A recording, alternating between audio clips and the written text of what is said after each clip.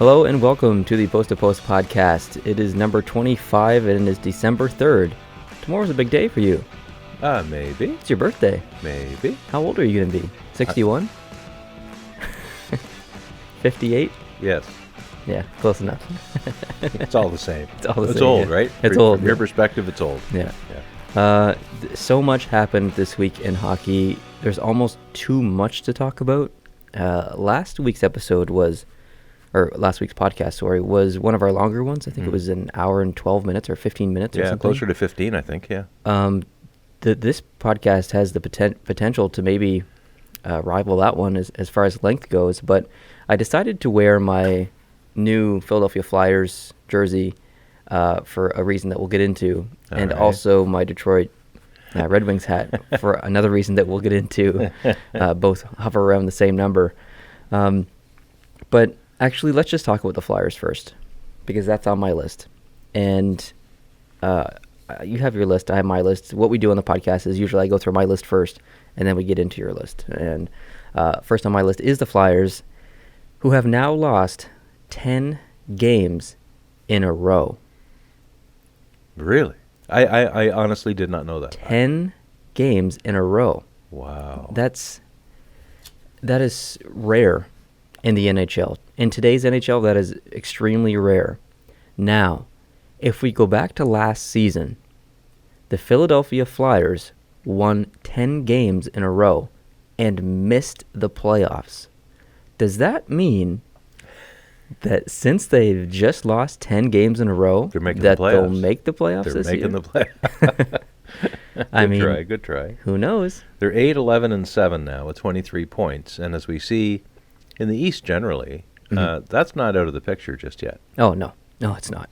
I still have faith in Philadelphia. I think they're just on a little bit of a blip. Every team goes through a bit of a losing streak. This is just a little longer than most. Yeah, we know that the hard way. Yeah, unfortunately. I do believe that they'll bounce back. However, they're not going to win the Stanley Cup. Sorry, Flyers fans. That's just my personal opinion.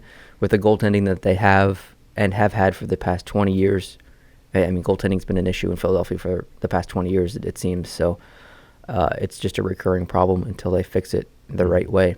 Yeah. So I'm not sure what the right answer is short term, but they have some decisions to make, specifically around Wayne Simmonds, because his salary right now is a very respectable 3.9, I think. And I think they have him locked up for another 2 years. But there's been lots of rumors of him being traded, and I think we talked about this last podcast. Yes. But people just keep talking about it, and man, I don't know how you trade that guy. I don't know how you don't try and keep him. I don't know. Well, but if he plays a few more games like he played in Boston yesterday, it might be easier. I don't think anyone played good for Philadelphia. No, but Boston. Him in particular, like the only bright light in the Philadelphia game against Boston, in which they lost, and we'll talk about that later. He skated past Rask and gave him an elbow just as Giroux was scoring a goal, and they called the goal back. So the chance Philly had to get back in the game was ruined by Wayne Simmonds elbowing Tuukka Rask on the way by through the crease. Did he touch him? I heard lots of people saying that he didn't touch him, and I didn't see the play. I didn't watch that game. I saw two replays that showed. I'm not saying it was intentional, but he was close to the crease, and I think Simmonds was outside the blue paint, but the elbow was there. And it snapped Rask's head back just as the goal was being scored, as the puck was going in. So, I don't know. That didn't look good. So when you have a goaltender, just skipping to Boston here, when you have a goaltender backup goaltender has come in and won, gone 7-0-2 or whatever it was, played really well, and then you put your starter main goalie, Tuukka Rask, back in net, and it gets you a shutout. Yeah. And you got to feel pretty good being a Boston fan right now. You got to feel great. Yeah. And those occasionally through the years, teams have come up with a really nice tandem of two lights-out goalies. You might even put Greiss and Halak. I was just thinking that. Same boat this season. And what a wonderful problem to have. Do you know that they're the most offensively successful team this year? The Islanders? Based on the goals per game? Yep. Yeah, I have that stat as one of the things I was going to talk about. Oh, do you? I do. Nice. I do. Yeah, it's pretty impressive. I probably wouldn't have guessed that, actually. I wouldn't have, because I looked at it and I thought, this can't be. But sure enough, it was.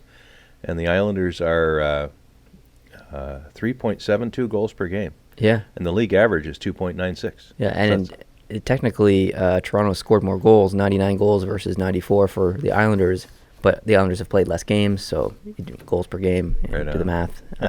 Yeah. I'm not sure if you have this on your list, but I think it's very important for us to talk about. It's the Drew Doughty quote. No, I'm aware of it, but I didn't put it on my list. Okay, I'm gonna read the quote. So this is what Drew Doughty said in an article in an interview with the sports page or column or whatever, The Athletic. The Athletic. And I'm not sure who did the interview or who wrote the column or story, but here's what Drew Doughty said. I know I'm going to talk to Karlsson back and forth, kind of see what money he's looking for. I'll kind of look at what money I'm looking for. I don't know if he's going to re-sign with Ottawa, and I don't know if I'm going to re-sign with LA. Right now, I guess we'd be gauging at what PK makes, PK Subban. I think both of us deserve quite a bit more than that. And he's obviously talking about his salary, because his contract is coming up for renewal here very soon. And I think a lot of Kings fans might be shaking in their boots a little bit, because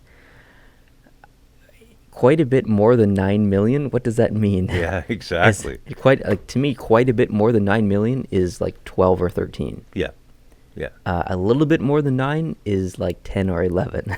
So yeah. I'm worrisome that Doughty won't be a Los Angeles King 3 years from now, and that's going to be weird. It is going to be weird, and there's another thing I think that bothers fans generally. It would bother me if it was a player on a team I cheer for doing it. Number one, we all understand hockey's a business, and these millionaires are wanting to be more multimillionaires than they are. Yeah, completely. They might not make it past the age of 35, so they're trying to make enough money and stuff for the rest of their career and set up, a successful life for their kids financially and go to college and stuff. And But a lot of the fans, I'm this way, I think fans have a romantic connection to their team, and they dream about their players having the same romantic connection. And this smashes that all to pieces. Yeah. There is no romantic connection for a lot of these players. There is with some. Stamkos might have a romantic connection with Tampa Bay, and he might take a discount to stay there. I don't know.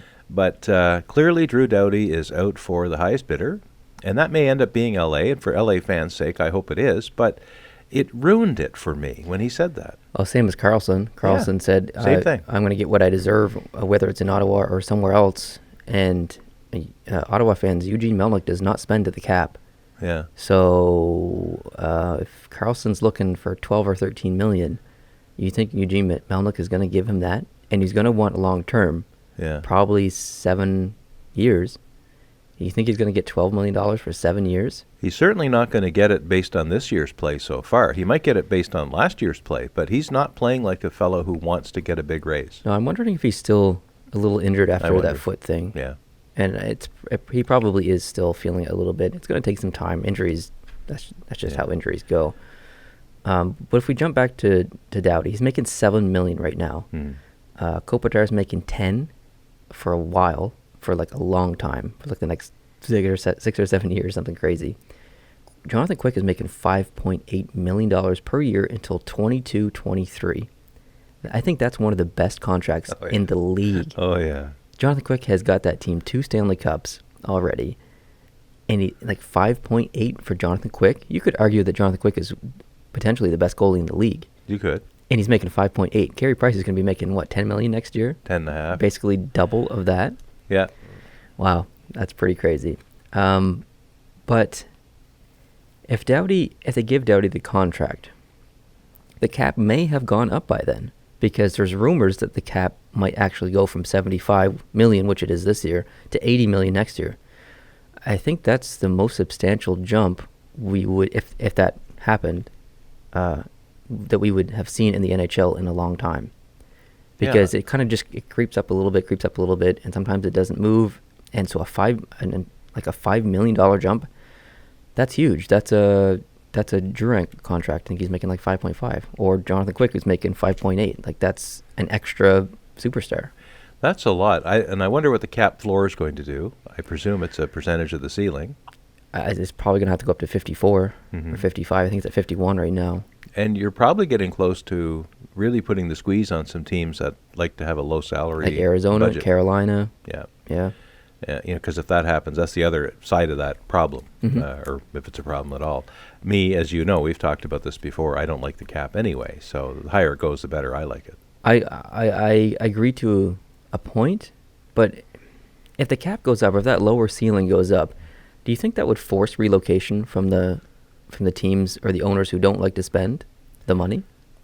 It may be the last straw that breaks a few camels' backs there. It won't be the only thing, but it'll be another thing in a long list of things that probably propels some ownership groups to say, "Oh, the heck with it." Yeah. But if it goes up $5 million, $5 million in a team that flows hundreds of millions of dollars a year through the tills, is probably manageable for anybody. I would think. I agree. Yeah. So Drew Doughty has. I don't know if he has interest in playing for Toronto, but he likes Babcock a lot. I don't know how it would be even possible for Drew Doughty to sign with Toronto based on Toronto's current cap issues. And I think Toronto will be okay. They have some decisions to make for sure, but they've got some young guys coming up. But still, in 2 years from now, Nylander, Marner, Matthews, Zaitsev. And you're still carrying Marleau, he might be gone by then. But he's 3 more years, right? There's some other young guys coming up. Yeah. I don't. If Drew Doughty wants 12 or 13 million, I don't know. I don't know how you're going to do it. I don't either. It's going to be interesting. And where's Karlsson going to go?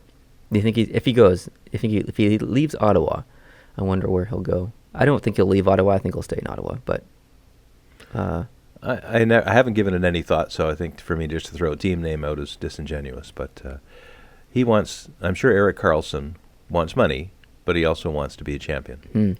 So probably the list of teams to which he will go or would go is fairly narrow. Teams that he thinks not only that they can win, but that they can win with him. Yeah. He can actually be the difference that gets them that win. Maybe it's Tampa.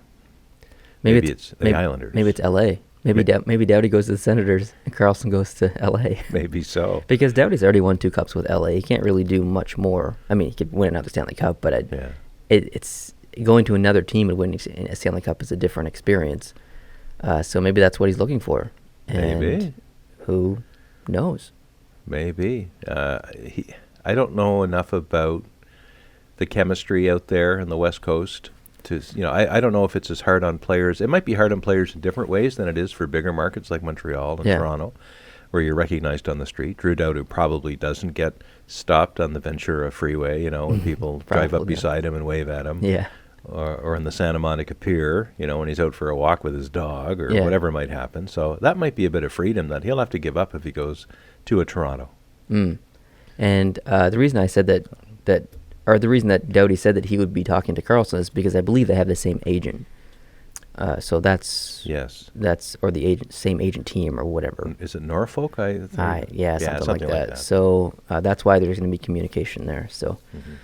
If we move on from that, I have just a really quick rumor that I want to talk about, and I don't think there's any validity in this, but San Jose is apparently interested in Rick Nash. And I think it's because they'd like Rick Nash to play with Joe Thornton and revive some Team Canada chemistry. And I think that would be okay for like 1 or 2 years, but I mean, Joe Thornton's old. Rick Nash is getting old, or he's only in his 30s. He's not old, but in hockey careers, he's getting old. But he's making 7.8 this year, so San Jose would have to, or I think the Rangers would have to retain some salary if there was a trade. But I'd be okay with that. But I don't know how long he would stay there. I don't know if he would re-sign next year. It would be a good experiment, I think.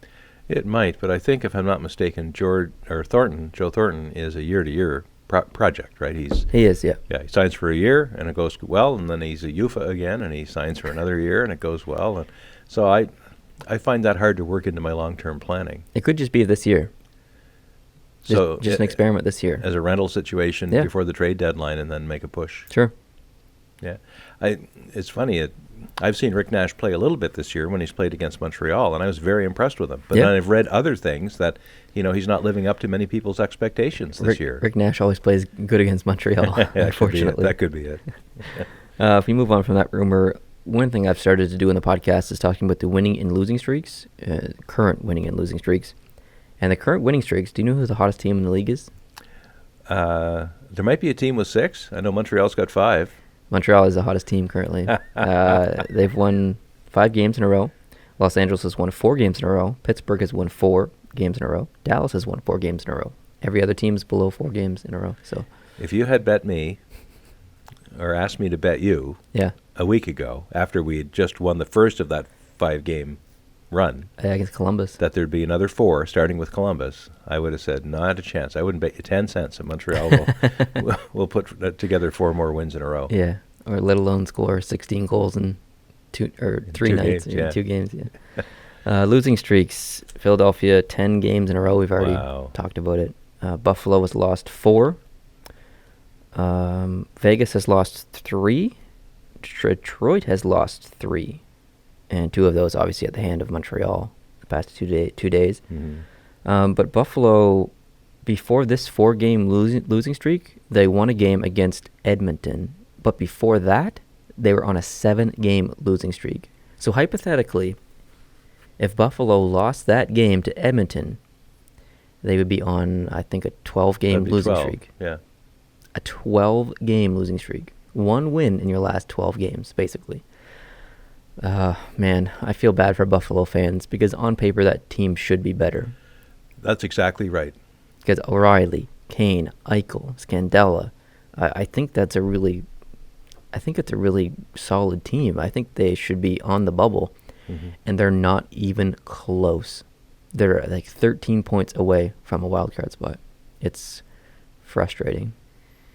Very. And there's no end in sight, I don't think. I was optimistic a couple of years ago when they got the good draft pick, and they ended up with Kane, and I thought, wow, and I'm not negative towards Buffalo. Like, it wouldn't bother me if they did well. I would love for Buffalo to do well. Yeah. I think they deserve it. Their fans deserve it. Yeah.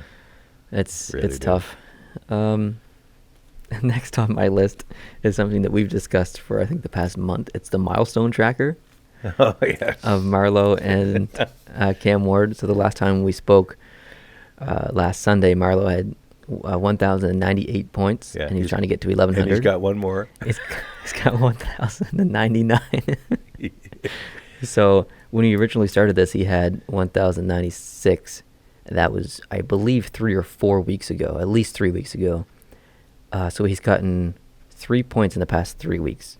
That's probably not acceptable for his contract.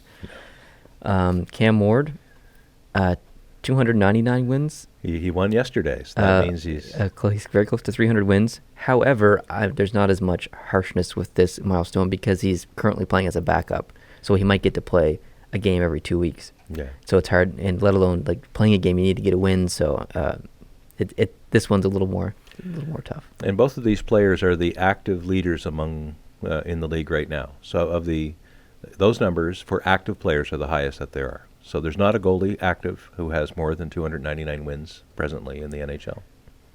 That doesn't make sense. Luongo definitely has more wins than that. I don't know.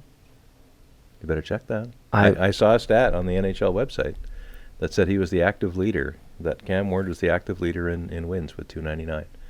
So I stand to be corrected if you can do that. And while I'm talking, Neil is busily Googling. So yeah, for all you audio listeners, I am... he's hitting the Google. I'm hitting the Googler. And that Marleau at 1099 is the leading points getter of active players in the NHL at present. That Cam Ward thing is really wrong. Luongo's first with 459. Lundqvist is second with 418. Marc-Andre Fleury has 378. Ryan Miller has 360. Cam Ward has 299.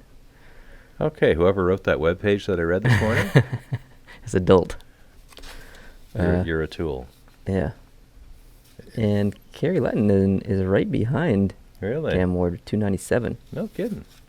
Pecorani, 284. Carey Price, 278. Okay. I take it all back, and I guess I'm done. That's not your fault. You didn't read the article. Well, I should check my facts and figures. But there I shouldn't just believe it because it's on the internet. Yeah.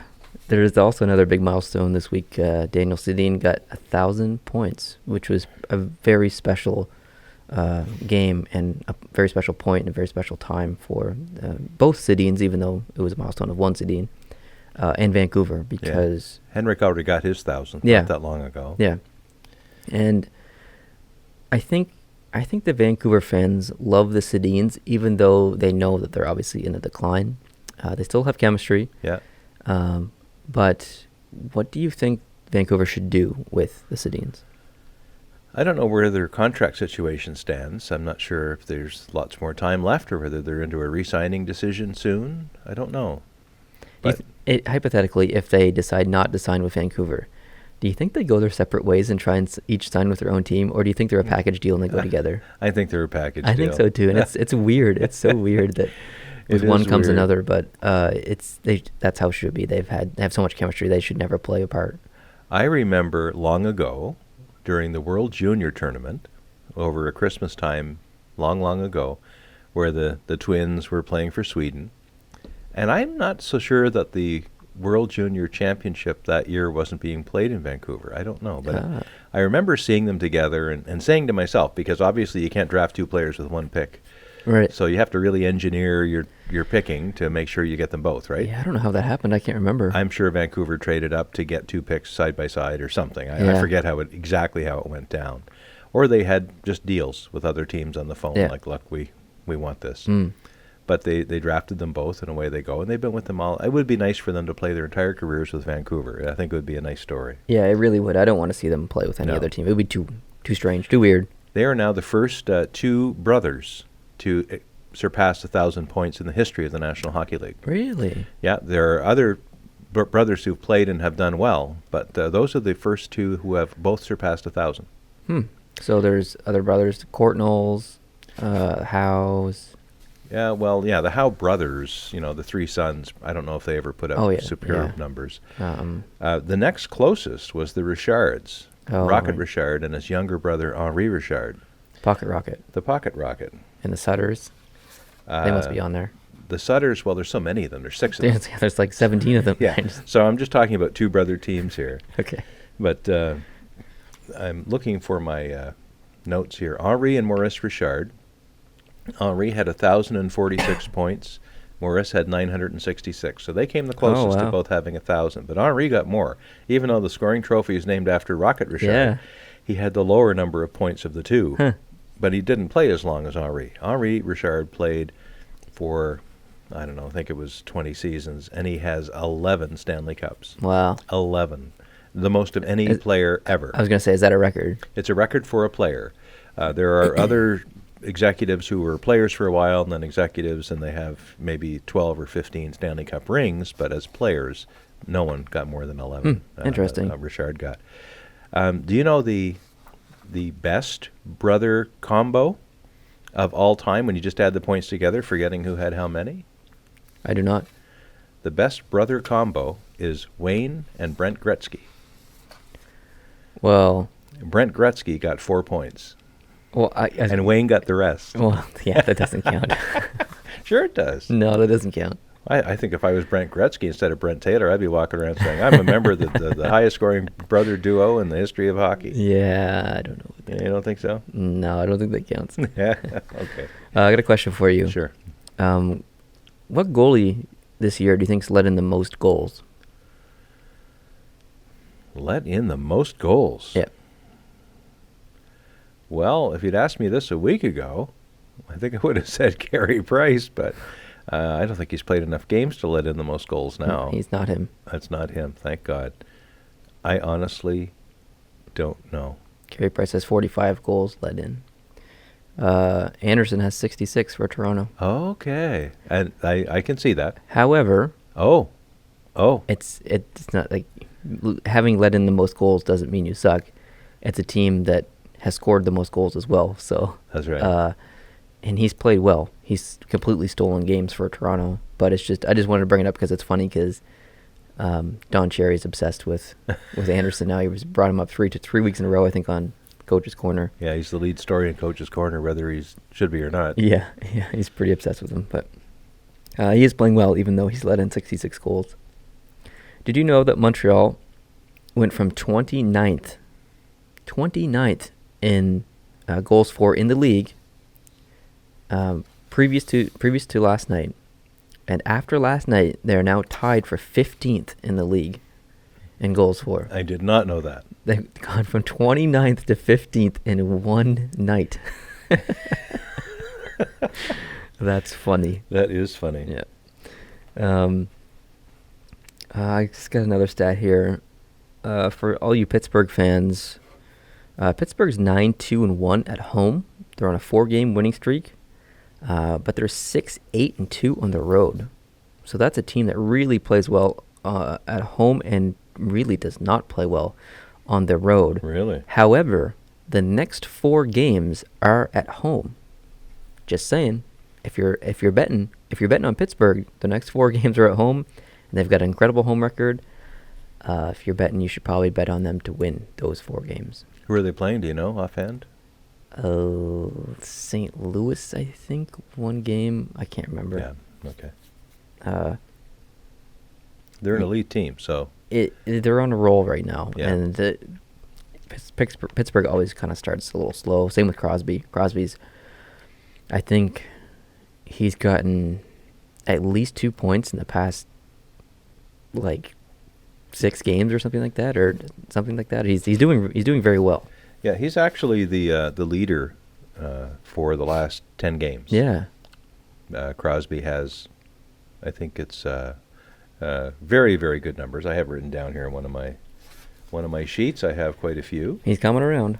He is coming around. I didn't check his plus minus. In the I said last 10 games a minute ago. I should have said last 10 days. Sidney Crosby has 12 points in the last 10 days. Since the 23rd of November? Whatever. Do the math, yeah. So he's got 12 points, rather. And Carey Price has the most wins of a goalie in that same time period, with 5. Yeah.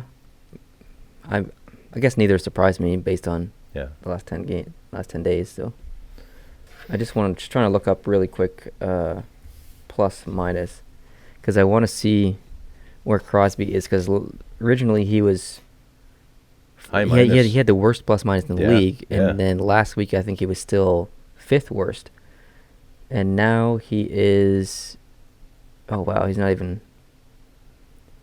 he has significantly moved up this list. He's not even on the first page anymore, I don't think. So he's not even. Yeah, he's skyrocketed up this list, so he's not even on there anymore. So that's awesome to see. Cool.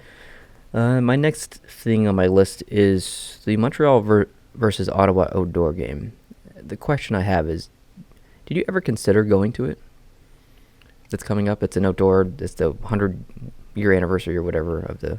I didn't. NHL's first game. I haven't and didn't, not consciously or unconsciously. If it was happening like New Year's Day at when there's a vacation possibility going on that you could travel that kind of distance. Yeah. But when I heard the date of the game, it's mid-December, isn't it? It's like the 15th or something. Yeah.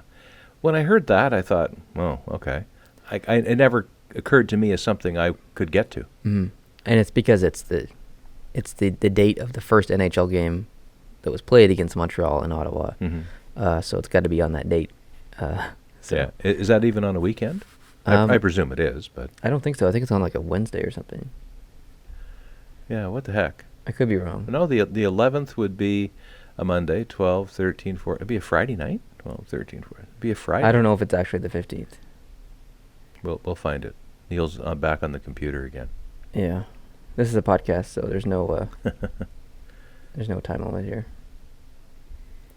But it never occurred to me to go. I'm not a fan of outdoor. Well, Justin and I made a video on this, probably 7 months ago. And that was our conclusion, that outdoor games are fine, like 1 a year, 2 a year at the most. not 7 a year, not 7 and 8 games a year, a Stadium Series, and Winter Classic, and the Centennial Series, and the whatever. Just calm down, NHL. I know it makes you a lot of money, but it's really frustrating hockey to watch. And when you put a hockey, I think they played in Fenway Park one time, They did. which is a baseball stadium. So you put a hockey arena surface in a baseball stadium. There's no way you can angle that so that the fans all have a good view. Yeah. You've got the outfield. You've got an oddball angle right at home plate. Yep. And so how do you arrange that? I think they arranged the rink between the first base and third base positions, and set it up there. So so the fans that are behind the backstop in a baseball game are way, way, way back from the ice. Yeah. And there's really no fans sitting close to the play. And the ice surface, to me, at least on television, looks so much smaller when it's in a great big cavern like that, whether it's a big football stadium or a baseball strange, stadium. eh? It really is. It takes the intimacy away from the game. Yeah, totally. I think. And it's a circus, but it shouldn't be every day. I think it's more about the experience and less about the hockey. I think. Yeah. I mean, I would love to go to an outdoor game. It's on the 16th, by the way. Okay, so that is It's a a Saturday. Saturday. Yeah. It's not. I asked you because someone asked me, did you consider going to the outdoor game? And I don't think I ever really did, just because, me, Jason, and I tried to get to Ottawa a couple weeks ago, and that was halted by weather. So to buy tickets, I think they're like $200 to buy a ticket to a game that I might not even get to, plus to pay to get there, and it's just not worth it. No, unfortunately. No. Winnipeg's on fire. I'm losing my voice. I'm trying your method here. Remember last time you said you drink pop because Cleans it me helps out. with the throat? Yeah, this is not working. Well, you're not drinking the right pop. Well, it's soda, whatever. Yeah. This is not working. Winnipeg is currently, I believe, second in the league, just behind Tampa. I think they're tied with St. Louis, but they're ahead of them because they've got more goals for or whatever. So Winnipeg is second in the league, I think. And so they're clearly the best team in Canada. Do you remember the video that I made 9 months ago, 10 months ago, when Justin and I made the video called "Why Can't a Canadian Team Win the Stanley Cup?" Vaguely. Do you remember my prediction in that video? I do not. I said that Winnipeg would be the next Canadian team to win a Stanley Cup. Okay. I get made fun of quite a bit. I don't know if a lot of people would make fun of me now that Winnipeg's doing well. But maybe by the end of the year, if Winnipeg falls down to the bottom, then I'll look like an idiot like I did before. So, but I stand by that prediction, by the way. Well, you never know. Back in 2015, on a U.S. political talk show, an analyst by the name of Laura Ingraham predicted that Donald Trump would win the Republican nomination and become president, and she was almost laughed out of the studio. Mm-hmm. So, Never know. However crazy your prediction was, or yours, sometimes these things can go off the rails and happen. I just like looking at their lineup. 9 months ago, looking at their lineup, and right now looking at their lineup, I really like the structure of that team. The goaltending was the only issue for me, and if Hellebuck plays like he is right now, that team is going to be an insane competitor. But if he doesn't, like it all relies on goaltending with Winnipeg. If they get good goaltending, I'm going to love to watch them play and hopefully go far in the playoffs. But if they don't, it's going to be really frustrating for the fans because they know they've got an amazing team in front of them. This is somewhat on topic from what you're just talking about. Sure. I read an article in The Athletic this morning. I forget the author's name because I didn't print it off and I didn't intend to raise it here today. But they made an interesting a proposal for an all-Canadian division. Like realignment? A realignment that would put all the Canadian teams in the same division, even though they're geographically problematic. There's time zone problems, travel problems, and other things. There's all kinds of logistical problems. It would be like putting the Rangers in the same division as Los Angeles. Right. And what that would do, it would guarantee head-to-head matchups between Canadian teams in the first round of the playoffs. There would be lots more Canadian versus Canadian teams in the regular season because they'd each play each other 6 times instead of 4 or 2. And it would guarantee at least one Canadian. It would guarantee one Canadian team, and unfortunately, perhaps only one, in the Final Four every year. I don't like that. Okay. Moving on. Do you like that? I'm not. I don't think I do either. But there's a lot of things I don't like, including what's happening now, too. So I guess the question for me is, even though I don't like it, do I don't like it less than what I don't like now? If that makes any sense at all, and I'm sure it doesn't. No, it does. So we'd always be guaranteed that 3 Canadian teams at least would make the playoffs. Right. And maybe 5. At the most 5. Right. So there couldn't be 7. There could never be more than 5. Right. But at the most there could be 7 right now. So right. I think that's why I don't like it. Yeah. Every Canadian team should have the opportunity to make the playoffs as much as any other team. So I dislike that. All right. All right. You'd rather wait for a good run than just have a second also ran status for the rest of your life. Yeah. And I think I agree with that. Yeah. Okay. The last thing I have in my paper is Sidney Crosby is 6 points away from passing Alexander Ovechkin in all-time points in 138 less games. That's pretty impressive. Pretty impressive. Right now, he is 69th of all time. Giggity. But he has the potential, looking at projections, to get up to 59th by the end of the year. Sidney Crosby. Wow. So a whole 10-spot jump there. And there's about a 20-point separation between 59th and 58th. So by the end of next season, he might be like 45th or 40th or something like that. It's pretty significant, and he's still got, 7 or 8 years left. So yeah, it's special. It's special to see the progression of Crosby's career. And he may even have more than that. Let's say he takes a Yager, and decides to keep at it. Totally. He's in incredible shape, so who knows? Yeah. We're about to get to the scores here, and I'm going to talk a little bit about Calgary and Edmonton, but I watched quite a bit of that game. And Yager, he was a horse. Like, you don't see him on the score sheet, but you see him working hard. He does so much work off the score sheet, and I don't think he gets enough praise for that. Yeah. And Crosby's a big guy, and the reason he's played 150-some fewer games is because he's had injuries in the past. Yeah. And that might take him out earlier than he would like as well, as far as a career goes. But if he's able to stay strong, he's a big guy, and he might stick around. Who knows? But clearly, 7 years is probably what you're looking at realistically for him to be a producer on the score sheet. Yeah, and Yager's had to change his game completely. He was an offensive genius back in the day in most of his career, and now he's kind of more of like a power forward. He does a lot of work along the boards. He's so good along the boards. He's amazing. He sticks his butt out and checks people, and he's really good at protecting the puck, and even off the ice, just being a leader and a mentor for the other young kids on the team, young players, I guess, is an asset in itself. So yeah, very good. Well, that's all I got. So okay, we'll get to the scores from yesterday's games and last night's games. I don't know how much time you had this morning to go over the games that were played or see any highlights, but what I did, I watched a few games, one game in its entirety, which would be the Montreal-Detroit game we'll get to. Save that for last.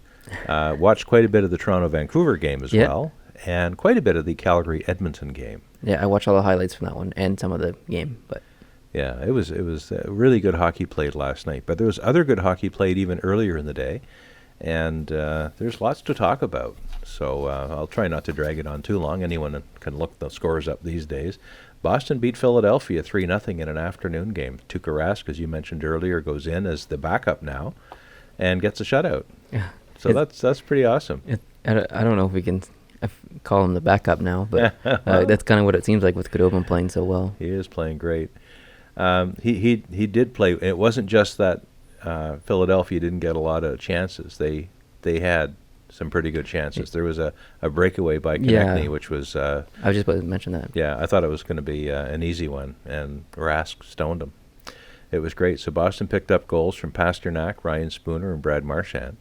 And Giroux's goal, that would have been a goal, was called back after Simmons was called. I don't know if they gave him a penalty or they just ruled the goal no goal because of the elbow and the mask. And it was almost a simultaneous thing. So Boston's up to 28 points and temporarily surpassed Montreal in points, at least, in the Atlantic to grab that third playoff spot in the division. Elsewhere, Minnesota beat St. Louis 2-1 in overtime, and that was a fantastic game. I watched a lot of the highlights out of that game. Like, Jake Allen lost, but he was amazing. Yeah. And Dubnyk was amazing. And, of course, St. Louis ended up getting a point out of that because it was an overtime game. But Suter scored on a wraparound that was just gorgeous. And Granlund had a breakaway on St. Louis, but he made a fantastic save. Jake Allen, rather, and made a fantastic save. Berglund scored in the power play to tie it. And then the overtime goal was Dumba and Coyle kind of just crashing into the net almost. Coyle just was right at the corner, had to stick in the right place at the right time, and there it went. Dubnyk is a tough goalie to watch because when he's on his game, he's probably maybe the best goalie in the league, but he's really streaky. He'll look terrible for a week or 2 weeks, and then he'll play awesome for a week or 2 weeks. As a Minnesota fan, that's probably frustrating. Yeah. So if you have nothing to watch today, I'd go back and find the highlights of that game and try to grab that on the internet somewhere. It's very entertaining. Carolina beat Florida 3-2 in overtime. James Reimer took the loss, but he made 44 saves. Wow. He was really worked hard on that one. Cam Ward, 37 saves. So it was a real goalie's game, I tell you. Not much defense being played in that game. No. Lindholm and Skinner scored for Carolina, and Bukestad and Barkov for Florida. I think Skinner's so underrated. And his goal was beautiful. He does not get enough praise. Yeah. He used to be a figure skater before he played, or while he played hockey at the same time, like not NHL hockey. I remember reading that or hearing it from you. But if you get a chance to watch Carolina play, just pay attention to Skinner's skating. I think he's the best skater, and he's not the fastest skater, but he's the best skater in the league. Just pay attention to his feet. And how he protects the puck with his feet. And does he have active feet? He does have active feet, yeah. Florida actually tied the game late because they were down 2-1 with 2 minutes to go in the third, and they pulled a golie, and Barkov scored as a sixth. Or I don't know if he was the sixth attacker, but they had 6 attackers on. And in overtime, it was a great overtime period, and went all the way till 2 seconds left when Noah Hannafin scored. Nice. 2 seconds left in overtime. So that's, you got your 5 minutes worth. This is what I'm saying there. So it was a good game. Washington over the Blue Jackets, 4-3. That was a huge win. A huge win. Very efficient for Washington. They only had 23 shots on goal. So 4 goals and 23 shots. 4 goals and 23 shots. Against Bobrovsky. Against Bob, yeah. And Holtby was the winning goalie for Washington. Panarin, Calvert scored. Calvert's goal was shorthanded. Werenski scored for Columbus. There's been so many shorthanded goals this year. I don't understand it. Ovechkin got his 19th goal, wrist shot. It was classic Ovechkin. He was over there in the left-hand side, in his office, wrist shot, boom. So that's 19, keeps him tied for the most goals in the league. Tied with Kucherov, yeah. Just a regular wrist shot. And Kuznetsov got the winning goal for Washington. So did you do the bird dance? I don't know. I don't remember. Pittsburgh at home. Yeah. So you can probably guess what happened here. Pittsburgh at home to Buffalo. They beat them 5-1. Probably an easy win. Yeah, 4th straight win for Tristan Jarry. Wow. Where'd he come from, right? Crazy. 32 saves. So Buffalo got some rubber on him. And it was Malkin, Hagelin, Hornquist, Kessel, and Crosby. Well distributed. Kessel that's his 12th goal. Crosby's 12th goal. So some nice... They're playing well. Nice work. You can't say that they won because it was against Buffalo. Pittsburgh has been playing really well recently. And Buffalo's goal by Jason Pominville was the first time Buffalo had scored since November 24th. What? Yes. Are you serious? Serious. They had a scoreless shutout drought for several games. They were shut out over and over again until Pominville scored in that game. November 24th to December the 2nd. So that's like 8 days or whatever, right? That's so frustrating. Like I'm laughing. I shouldn't be laughing, but it's... No, not like it's not funny. No. It's just, it's so frustrating it's funny, I guess. Yeah. A couple of Titan teams met in Tampa Bay. The Lightning and the Sharks. 5-2 Tampa. But, that game was 1-1 going into the third period. It was a very close game. I was watching the score, or I was watching on my phone, I was watching the play-by-play, because they can do that in the NHL app. They do the play-by-play. I was watching it on my phone. And it's a weird way to follow a game, because you can't see it, but you can read it. It's weird reading a hockey game as it happens, but it looked like an intense game. It read like an intense game, I guess is what it would still be more exciting than reading golf. Yes, exactly. And here he is, set up for the putt. Mm. Kucherov got 2. Johnson got 2. Conacher got the other one for the 5 goals altogether. And Sergachev got another assist. He is on fire. He is on fire. Yeah, so not bad. Not bad at all. Yeah, so moving on. Dallas beat Chicago 3-2. That was a big game. Big game. That was a huge win for Dallas. Huge win for Dallas and a nice breakout night for Alexander Radulov. He got the first goal in the game on the power play, and then he scored the winning goal in the shootout. So good for him. Yeah, good for him. I think he's wearing, I don't know if it was him or someone else wearing, changed the color of their laces to like green or something. Okay. And they haven't lost since the lace change. All right. Yeah. Radulov and Faxa got the goals for Dallas, and Franson and Saad got the goals for Chicago. And Dallas actually scored 2 goals in the shootout. They didn't need the second one. Radulov's first shootout goal was enough, as it turns out, because Chicago couldn't get any past Bishop. So, Toronto-Vancouver. That was an intense game. That was a fabulous Holy game to crap. watch. Vancouver was leading 2-0, well into the third, and near the very end of the game, and Toronto scored and got close to tying it up. And that was JVR. Van Riemsdyk scored late in the third. That was his 13th goal of the season. Marcus Granlund and Alex Edler had scored earlier for Vancouver, and it was right down to the wire. And Markstrom, I remember when he was in the last little crush around the crease when the horn finally blew, and he was almost collapsed down, face down onto the ice. You know, he was worked so hard. Yeah. And we saw him after the game, and the sweat rolling off his face was unbelievable. Yeah, like his face was drenched, and he dabbed it. He wiped his whole face off with the towel, and you could literally see his face getting wet from sweat in like 5 seconds. Yeah. I've never seen anyone sweat that fast or that much. And that's the same game. We saw the replay last night. It didn't end up in a goal, which would have been beautiful, but it was still cute. Virtanen was going in, and he got his stick kind of bubbled up with someone else, and he ended up holding it like a shorty stick. like a mini stick, like a mini stick, and he went in and tried to score and like he almost that. did. He almost did. He got quite a good little attack there in the net. That game was like a playoff game. Yeah. It was really intense, especially the last probably 5 minutes. It was awesome. Yeah, really good. Anaheim lost 3-2 to Nashville. Pekka Rinne got the that was a shootout, so there was a point for each team, and then they fought over the other point.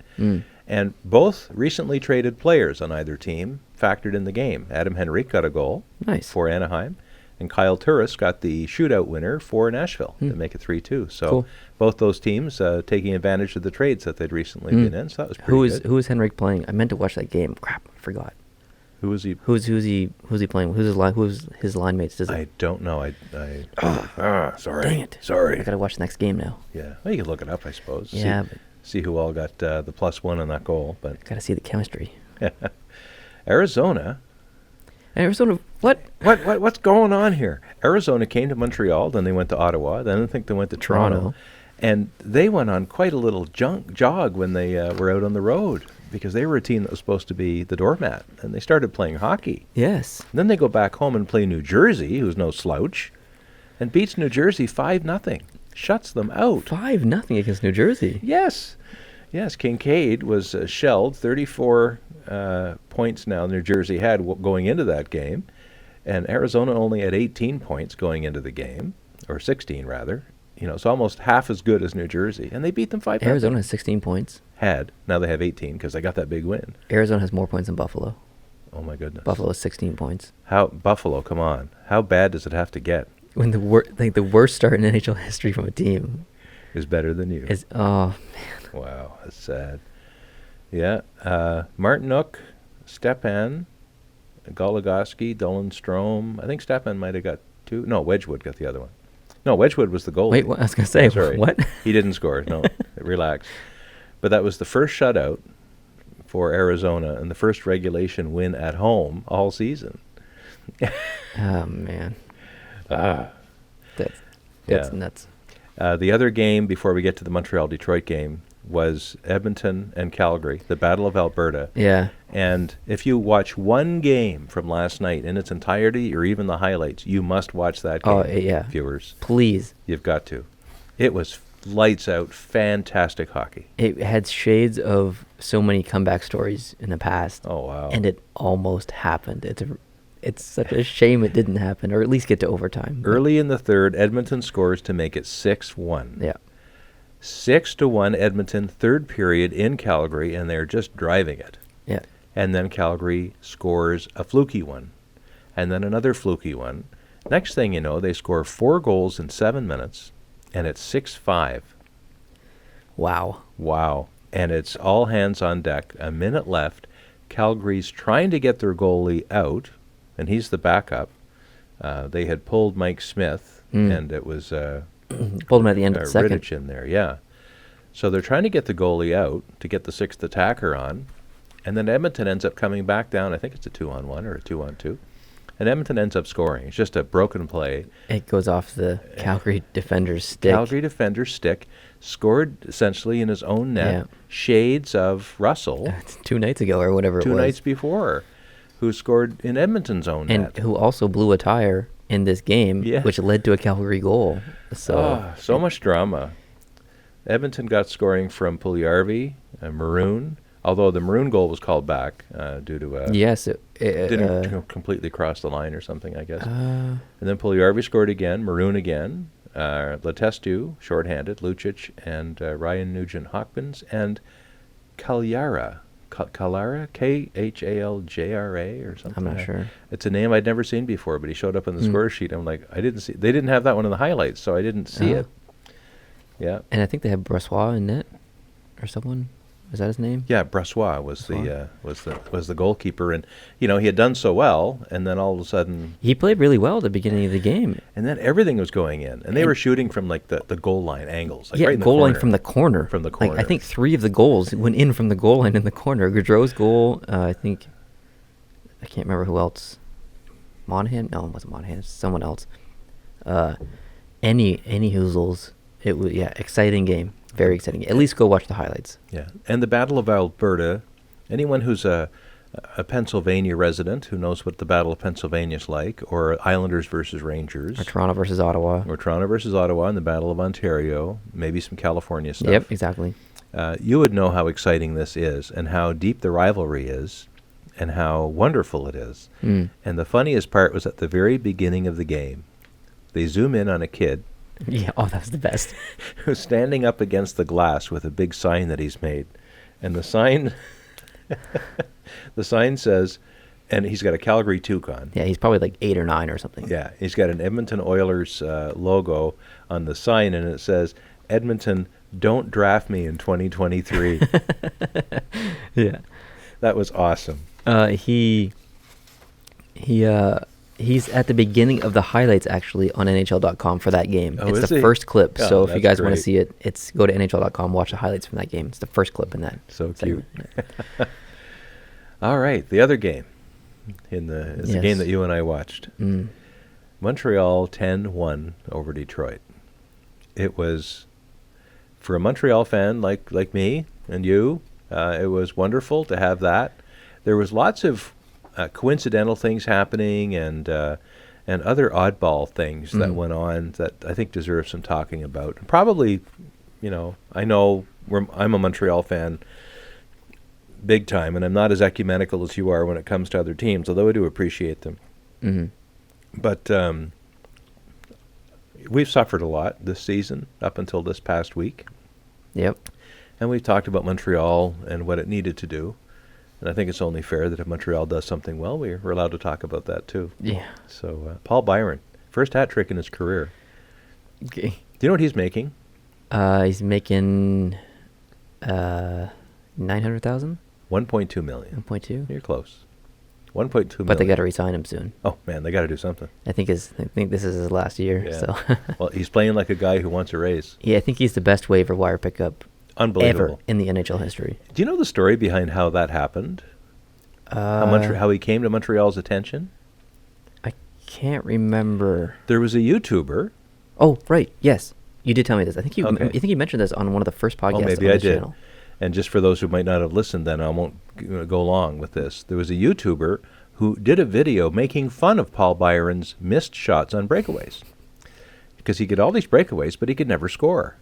And it was basically a comedy video about Paul Byron and his unbelievably bad scoring hands. But someone in Montreal's organization, they all saw it and thought, forget the scoring part. We can fix that. This guy's fast. He can. How does he get all these breakaways?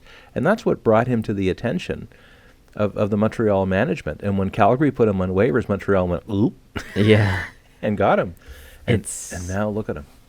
I know that a lot of people don't watch Montreal, but if you get the opportunity, Paul Byron, he's McDavid fast. Like he is that fast. If you watch the highlights from last night, he's Larkin fast. He's in that realm of potentially fastest in the league. Of the 3 goals that he scored, 2 of them were pure speed. Pure speed. Like so much speed that he not only got away from the people who were at once the same level, but he stopped skating halfway to the net, and they still couldn't catch him. Like that's how fast he was. He had so much speed built up, he could glide in and set him up for his shot. And in the first goal he got, he should have a goal and an assist for that goal because he passed it to himself. The puck came across roughly around the blue line, and he one-handed the puck and chipped it behind the D, and then went around the D, picked the puck back up again, skated in and scored. I've never seen anything like that. It was amazing. It was crazy.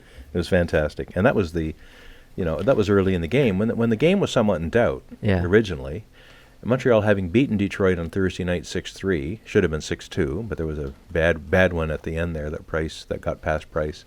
But it was, a fairly dominant game. But when you have those games, and Montreal in particular, because they're so good at taking their foot off the gas when they think they're going to win. Best in the league.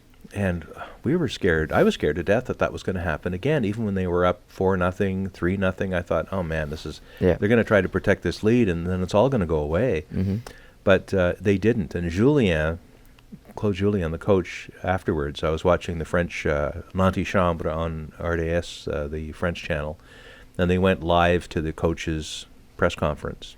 And the first remark out of him in French was, I really liked how we played to the end of the game this time. Yeah. And I think that's telling. Well, and that's it. They just didn't, Montreal didn't win that game. They just showed up to play, and Detroit didn't. Detroit did not. Every player on Detroit was terrible. Yeah. And that sucks because 10-1 games are fun to watch, I guess, like once a year, once every 2 years, but it's not hockey at that point. And Paul Byron's hat trick. 2 hats were thrown on the ice because the Montreal fans were confused at why there were so many goals being scored. I think they were just in shock, and they didn't realize that Paul Byron just got a hat trick.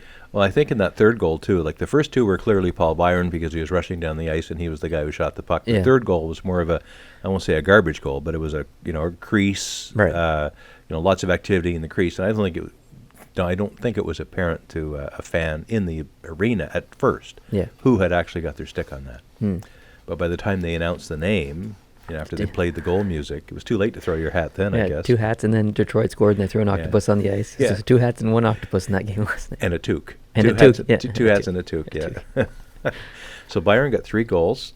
Alex Galchenyuk got the most points in the game last night with 4 assists. Wow. Yeah, he didn't score any goal. I knew he had 3. I didn't know he had 4. Yeah, he had 4.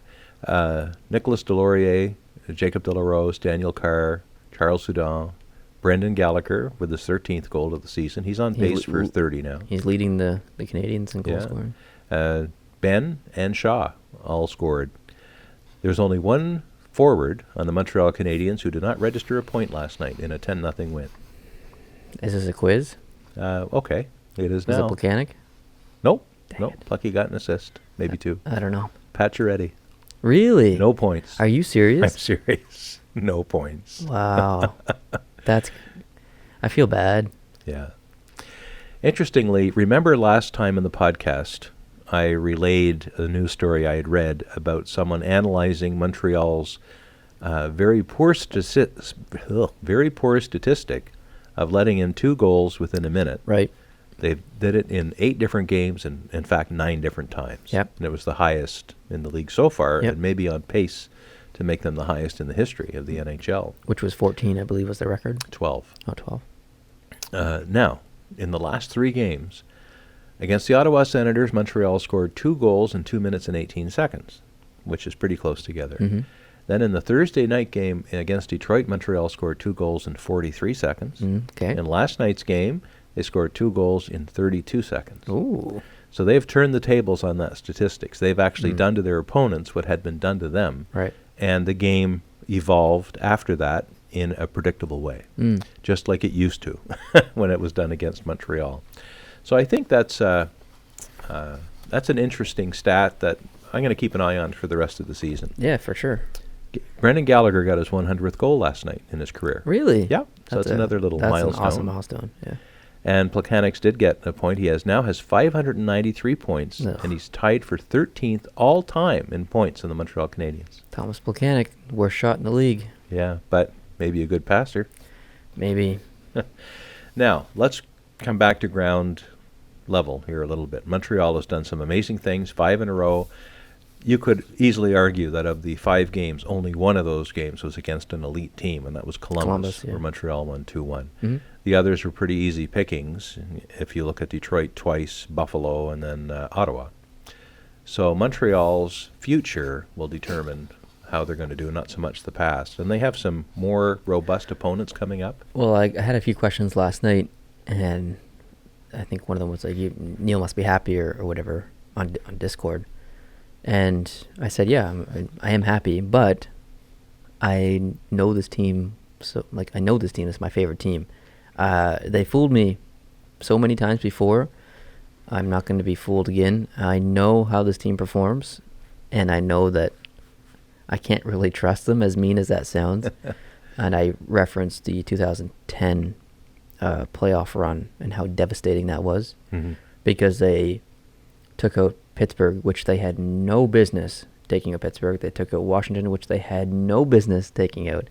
And then they played Philadelphia and just didn't even try. Yeah. And that was the most devastating I've ever been being a Canadiens fan. Yeah. And since then I just know that I can't trust the team because the inconsistency.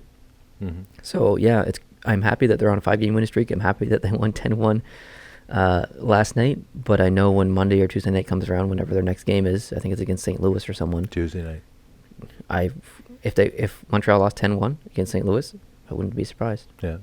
So St. Louis on Tuesday night, and then they have 2 nights off when they play Calgary in town, Montreal on Thursday night. That's going to be a tough game. And then Edmonton is in town on Saturday night. That's going to be a tough game because Edmonton, I think, is playing pretty.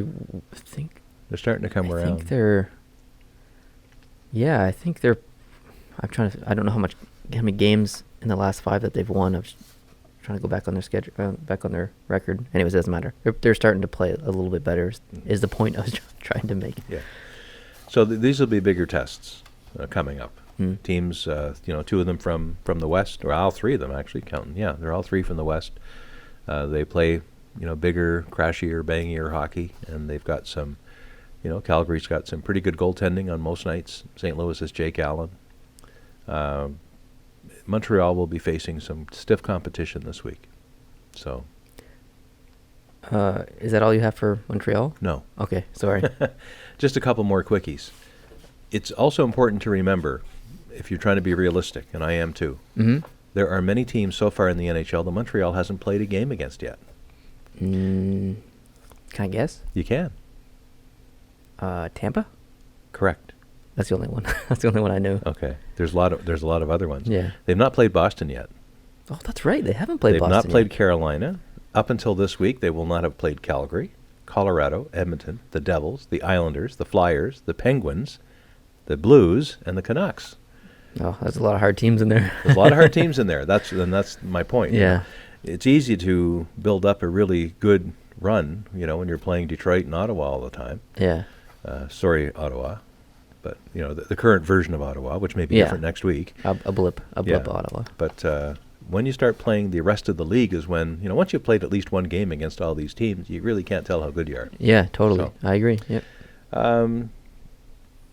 Do we want to talk about the... well, I'll just finish off with a little bit more of the analysis that I was watching last night. Yep.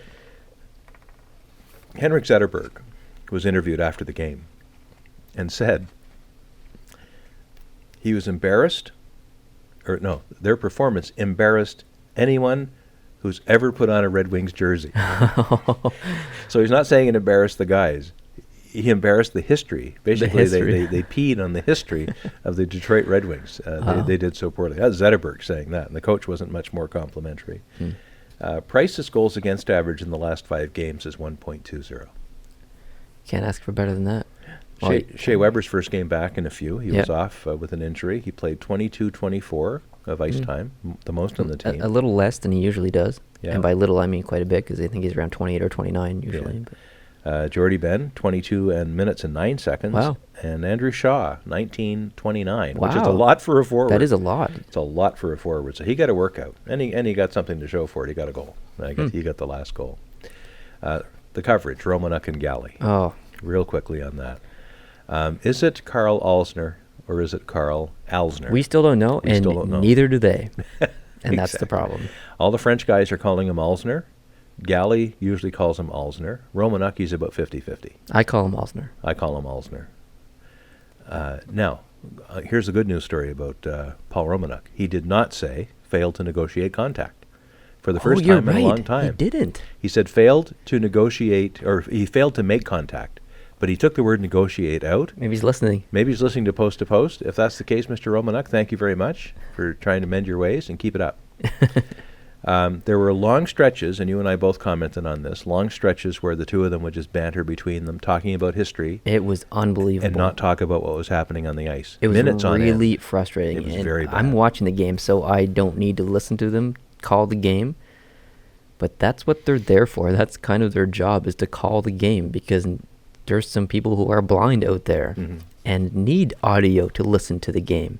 And yeah, they could listen to it on radio, but it's easier to listen to it on the TV. So stop going on about stories and statistics that don't matter, and quit mentioning the Patrick Waugh thing from 20 years ago and the same night where it was 11-1 and he got traded 2 days later. I think they brought that up like 6 times, and it is important, but come on, like, just call the game. It's really frustrating. Yeah, it was terrible.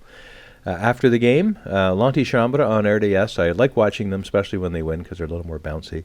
But Guillaume Lantendresse was one of the guests on the show. Oh man, I haven't heard that name in a while. Yeah, and his main takeaway, what they do is the host gets each of the guests to give a main takeaway from the game. His main takeaway was that Gallagher was 6 feet 5 inches tall. Bruno Gervais was another guest. Now, he never played for Montreal. He played for the Islanders in Tampa and Philly, but he was an NHL player for quite a while. His takeaway was the 2-for-1 goal business, where Montreal scores 2 together rather than getting scored on 2 together, which was nice.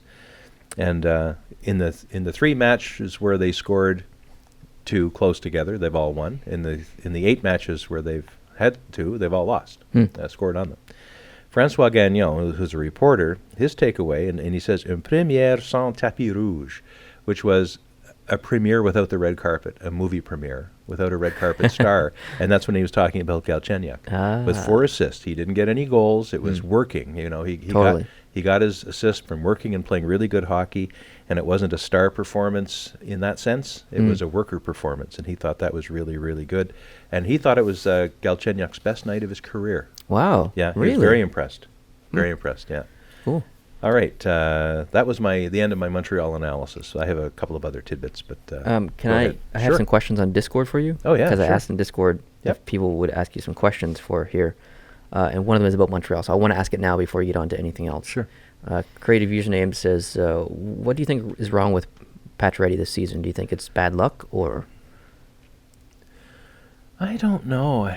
Pacioretty, he seems to be a very streaky player. I think he's the most streaky player in the league. Yeah, and I think it's all from the neck up. I don't think he's hurt.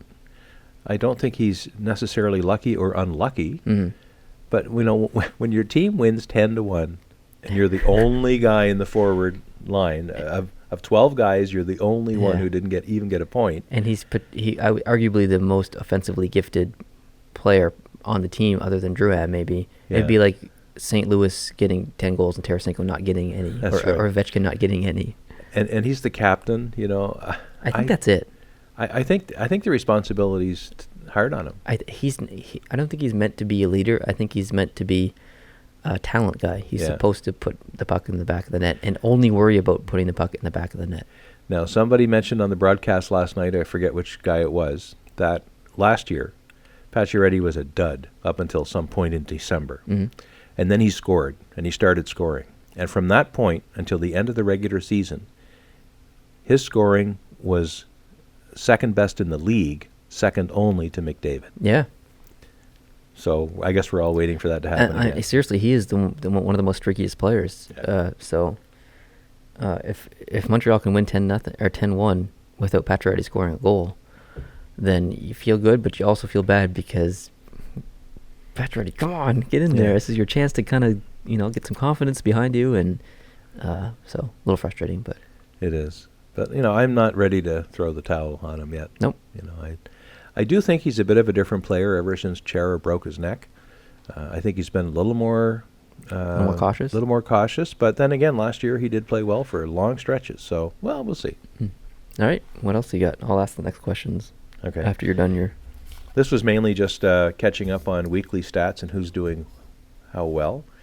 Save percentage, Aaron Dell's leading with .933. Vasilevsky is right behind him with .932. This is the NHL's own website here. I don't think so. Oh, man. Here we go again. I think Darcy Kemper's has the best. Well, I had Kemper with .944, but he didn't count in the list I was looking at. So why Kemper didn't count in this list, I think maybe he just hasn't played enough games or something, perhaps. Because they talk about qualifying games. Early in the season, when you're doing stats like this, you have to be a qualifying goalie in order to get in the goalie stats. And qualifying means you have to be on pace to play at least 27 games, or roughly a third of the games, 33%. Because Aaron Dell's played 10 games and Kemper's played 8. So pretty close, and Kemper has the better save percentage. Yeah, I think Kemper just hasn't played quite enough to get into that qualifying zone. But he is doing well with a .944 for sure. Dell, Vasilevsky, Khudobin, Bobrovsky, and Crawford, all between .930 and .933. So they're all awesome. In wins, it's Vasilevsky with 17. Anderson has 15. That's Craig, not Craig. What? Toronto's Anderson. Fred. Oh, Frederick Anderson. Yeah, not Craig. Too many Andersons in the Too league. many Andersons. Yeah. And Pekka tied with 15 there as well. Goals against average, Aaron Dell, 1.93. He's the only one underneath 2. Yeah, Aaron Dell's playing really well. His record just doesn't say that because they've lost some of those games. I think he's like 3-3 or something like that. Bobrovsky, 2.02. Khudobin, 2.22. So same thing with Vasilevsky, and Martin Jones is right behind with 2.23. The team with the highest goals per game is the New York Islanders, 3.72. We already talked about that. And the league average is 2.96, so it's almost a whole goal more than the average for the league. The best team, in preventing goals against is the Los Angeles Kings at 2.22. Yeah, that doesn't surprise me. Penalty kill, leading, LA Kings, 89%. The league average is 80.3, so that's like twice as good as really the rest of the league. Power play goals, Tampa Bay, 27.8%. That doesn't surprise me either. The league is only 19.5. In points, Kucherov with 38, Stamkos with 37, Johnny Gaudreau, 36. Yeah, he's flying a bit under the radar. Yeah, and Kucherov and Ovechkin leading in goals so far with 19 each. Tavares is next with 16. So there you go. That's all you got? That's all I got that I haven't already talked about. All right, well, I got some questions for you then. All right. Who's your picks for the award winners this year? So cup and individual winners and stuff like that. Coach of the year. Coach of the year, even with Vegas on a 3-game losing streak, I'm still really liking Gerard Gallant. I think it's either him or Travis Green if the trend stays the same. Yeah. I personally would give it to Travis Green, even though I really like Gerard Gallant and I have a biased opinion there because he's from PEI, but I think Travis Green just structurally has changed the game in Vancouver. So yeah, good argument there. What about the cup? Are you still sticking with your prediction of? It's getting harder all the time. Who did you predict? Edmonton. Yeah. Yeah.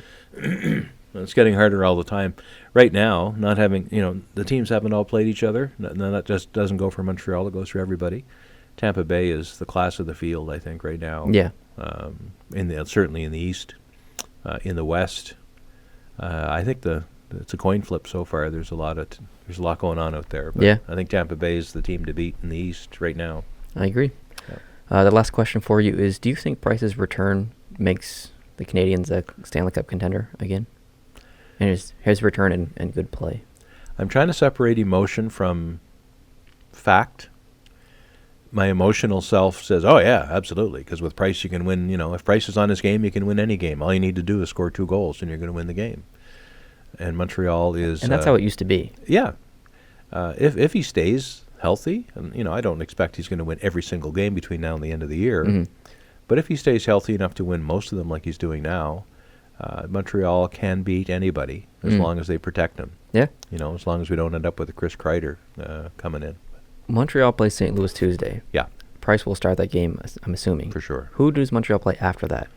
Montreal after that, the very next game for Montreal is Calgary on Thursday night in town. They come into Montreal. Do you think Niemi will get that start? No. No? No. I think if games are 2 days apart, I think Price plays each time, unless he decides he doesn't want to play. But I think if he plays really well against St. Louis, whether he wins or not, if he plays well, I think he starts on Thursday night. Okay. Yeah. I don't disagree. Yeah. All right. Well, I think that wraps it up for today's podcast. Thank you, everyone, for watching. If you're watching on YouTube, I appreciate your viewership. If you're not watching on YouTube and you're listening on iTunes or Google Play or whatever podcatcher that you use, we really appreciate that. If you're listening to this and you're not aware of our YouTube channel, I hope you come over and hit the subscribe button over there. Thank you to everyone who's made it this far in the podcast and who listens or watches any or all of our podcasts. That really means a lot. Sundays in this podcast is our opportunity to really talk about all things regular season in the NHL on top of all the videos that we make. So I appreciate everyone coming back and contributing their that's hour and 17 minutes. So I appreciate you guys contributing your time. A new record. That's awesome. So thanks a lot, guys. Appreciate it. All the links are down in the description for any social media or any kind of little goodies. So hope you guys are having a good day. Christmas is coming up, and we'll see you next Sunday for the 26th podcast of Post to Post. Bye-bye. Adios.